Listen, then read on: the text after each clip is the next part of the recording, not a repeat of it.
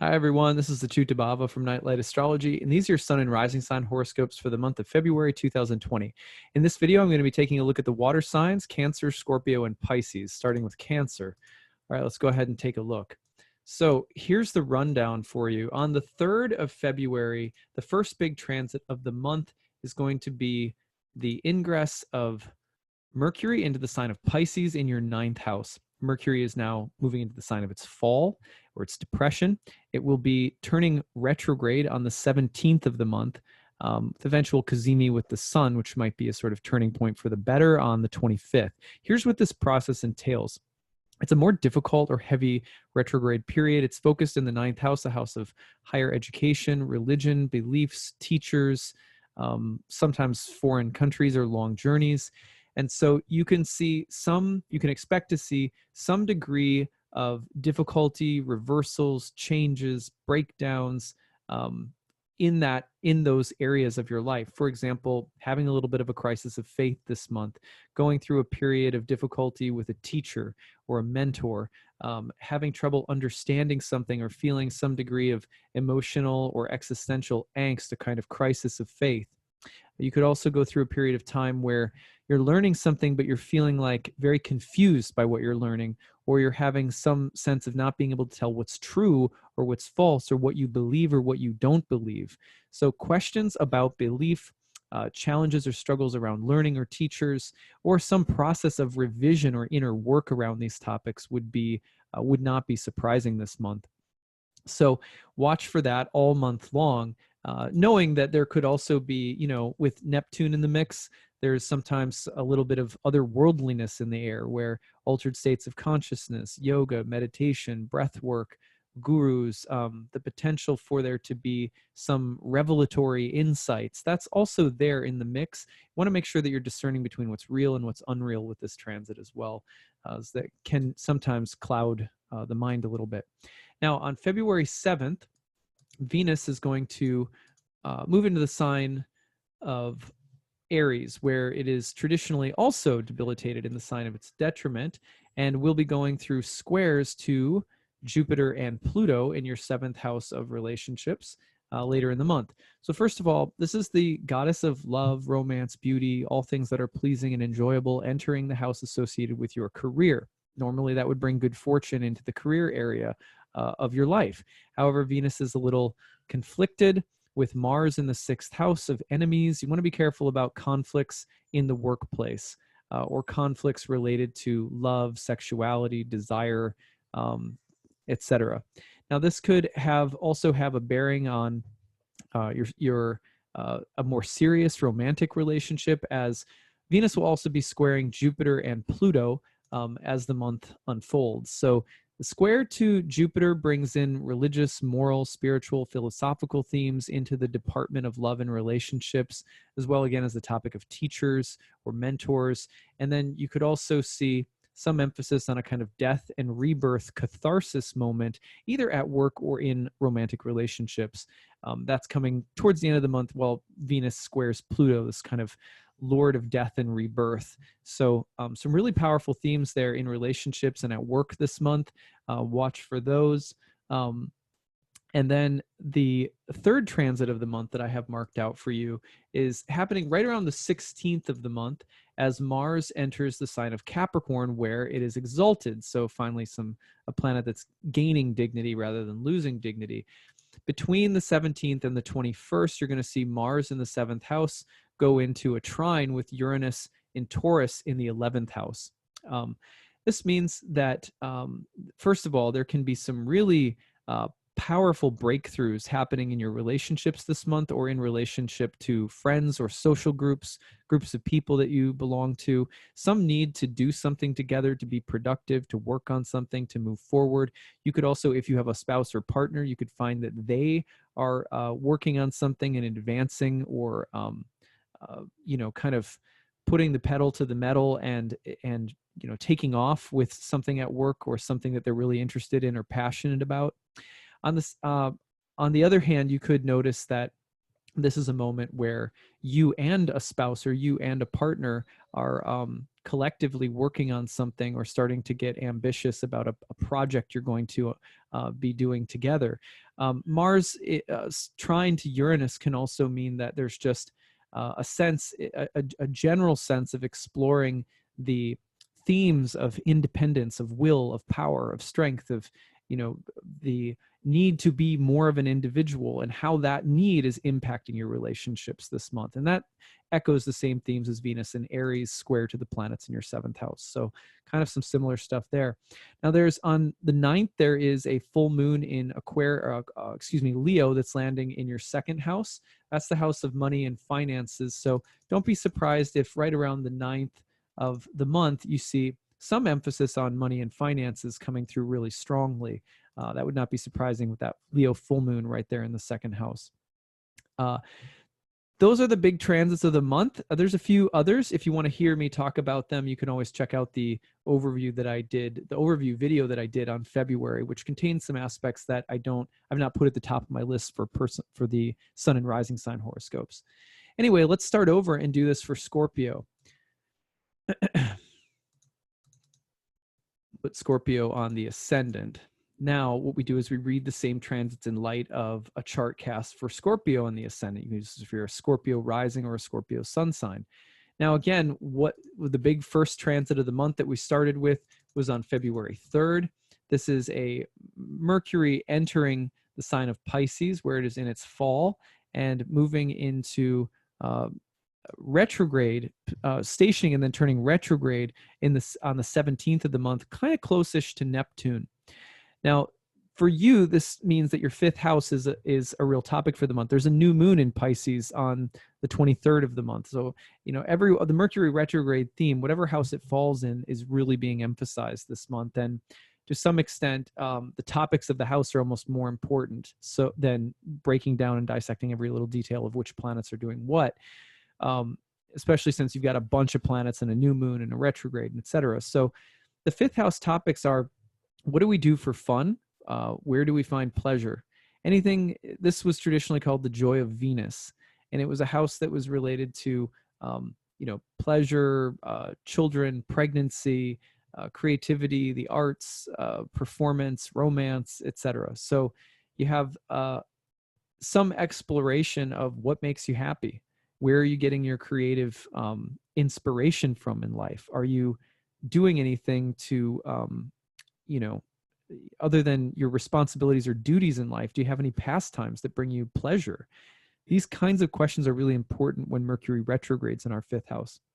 Creative process can unfold. An editing or revising of a creative process can unfold. The exploration between what constitutes healthy versus unhealthy emotional, physical attachments, especially those that are, aimed at giving us pleasure. It's a good time to get healthier. It's also very tempting to do things in the name of pleasure that are excessive, or, we can easily be deluded or sort of deceive ourselves with Mercury hanging out little close-ish to Neptune. On the other hand, this idea of spirituality and joy and creativity can also come together. So kind of romantic, imaginative, spiritual dimension to this transit. You may be feeling it more potently since it's in the 5th house, which is related to creativity already. Admittedly, for someone who is, Scorpio rising, Mars-ruled sign, these energies are also softer, and they may invite you into more sensitive headspaces and, exploring communication dynamics in relationships, more vulnerability and things like that.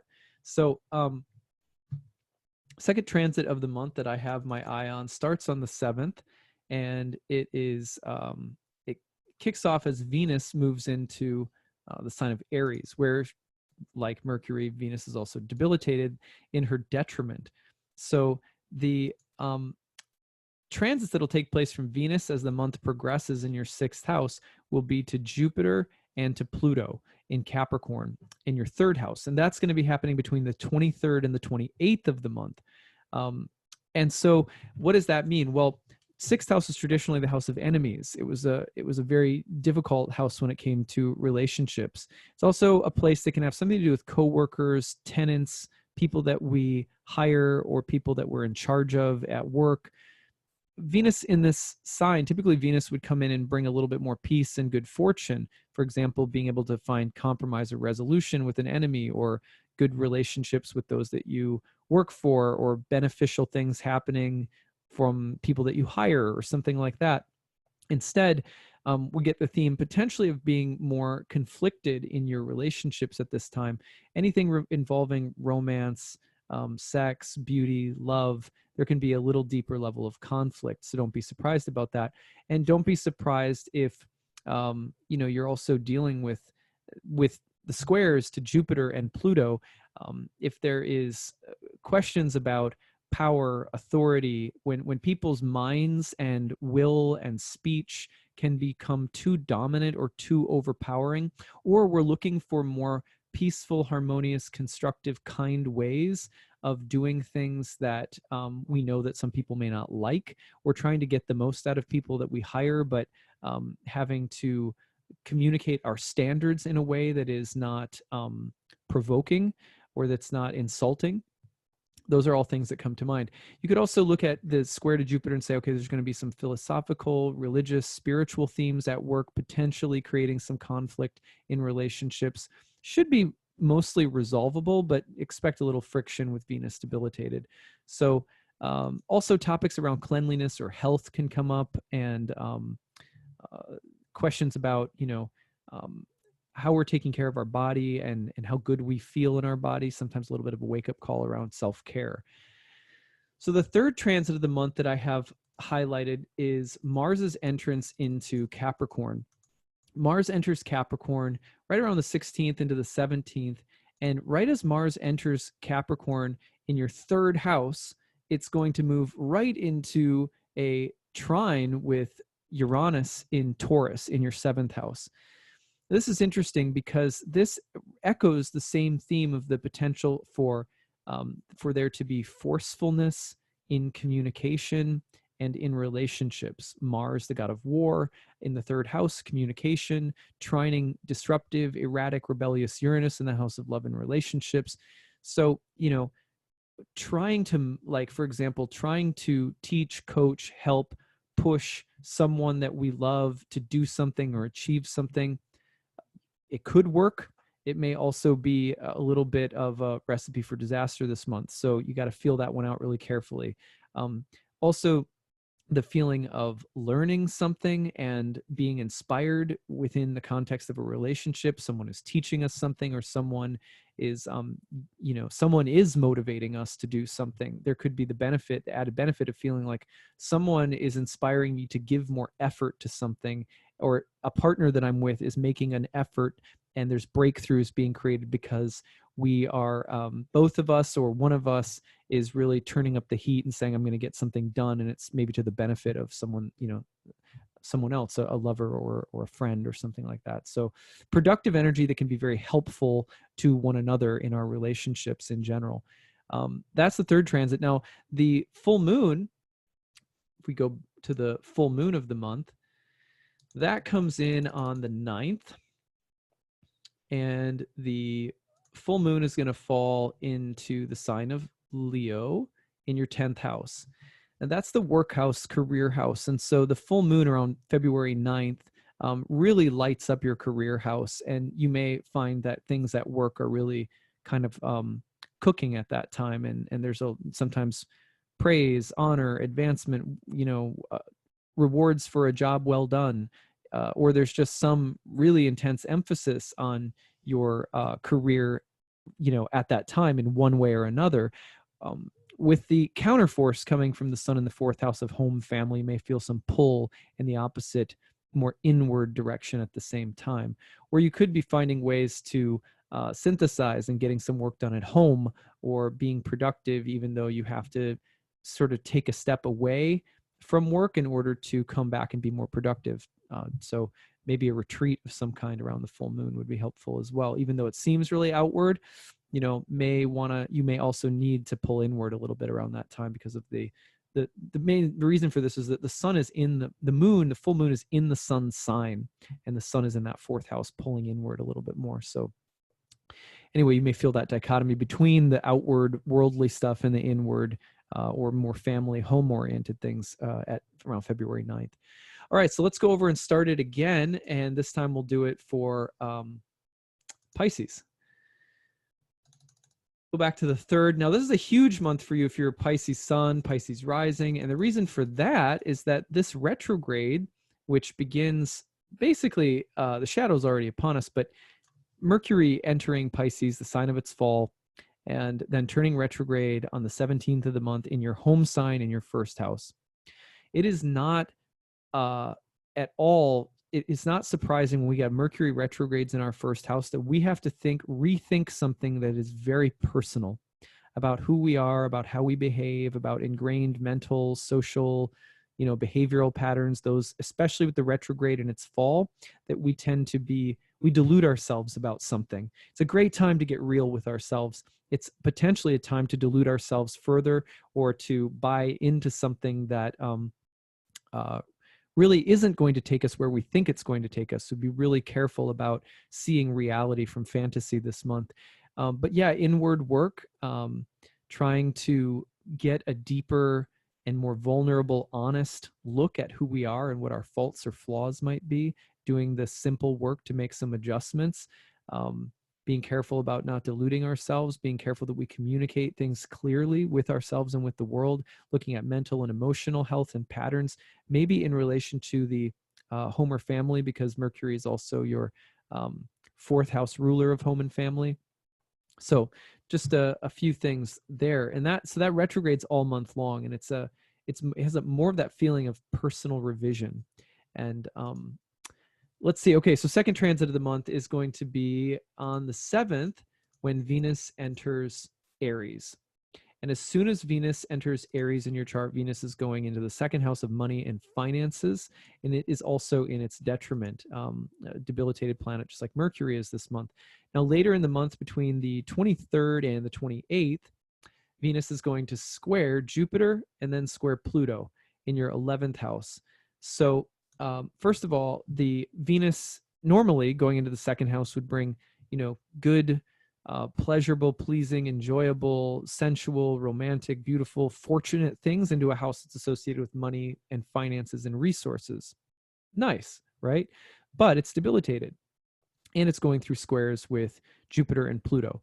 Means there can be some setbacks, or there might be a little bit of a mixture of gain or positivity around money and finances this month, along with some kind of more difficult or turbulent patch toward the very end of the month.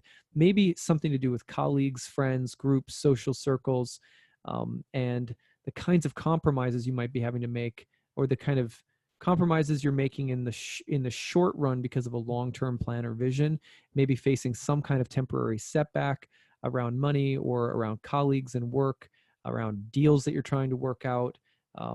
So the other thing is, of course, you want to be really careful around buying Venusian things.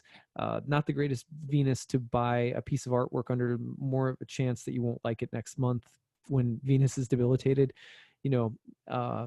so the other thing can come up is conflicts in relationships that have something specifically to do with money, finances, or business. So be a little bit careful of those themes.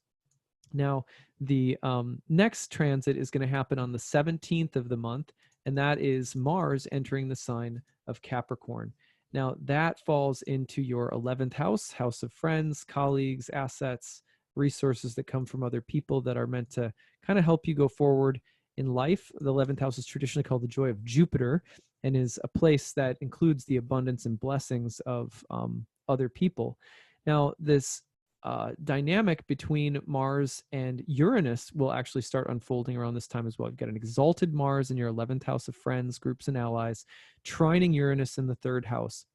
The potential to get the most out of friends and allies this month, or the way in which friends, allies, and groups in your life will come in and motivate you to attack something, go into attack mode, work hard and get something done. A lot of motivation, practically, innovativeness, a sense of needing to break free of previous limitations and finding allies or assistants to help you in doing it, some new form of technology, some new way of thinking, maybe inspired by a group of people or by new connections you're making, and some ability to just like put it into action right away. You need to be careful that you're not too forceful around your agenda right now, or that other people's agendas, if they're very forceful, aren't kind of overwhelming you. Just have a little bit of, kind of reckless bravado behind it. So those are the main transits of the month. The squares, the full moon, that's what I wanted to talk about. Full moon on the 9th. If you go back to the 9th, you'll see that the full moon is going to fall in the sign of Leo, and that is going to be in your 6th house. So the 6th house, again, classically, it was the house of enemies, or servants, or employees, or people that we hire, or people that we have some conflict with. It could be a little bit more of an intense time of conflict around the 9th of the month. You might be a little bit vulnerable around your body and your health. Take a little bit extra care of yourself. You may feel, like I said, just maybe feeling a little bit more vulnerable, or you may tend to be provoking conflicts a little bit more than usual. So especially around, pride, sort of pride, arrogance, the feeling of having a chip on one's shoulder. Be careful of those things, especially with Sun also in the 12th house. Tendency to be a little bit self-destructive around this time, so take care of your body. Be careful about saying and doing things that provoke others, or that could result in some kind of misunderstanding. So that's what I've got for all of you water signs for this month. I would love to hear your experiences, hear how things are going. I think that there is a lot to be excited about for this month, but hearing your stories is always really neat. I learn a lot about writing horoscopes, and about what kinds of things to watch for in horoscopes when all of you tell me as the month is going on what your experiences were like under each transit window. So please feel free to do that in the comments section, and be sure to check out my monthly overview for the full forecast of everything that's going on this month for everybody. And I look forward to creating more videos for you in the month ahead. Take care.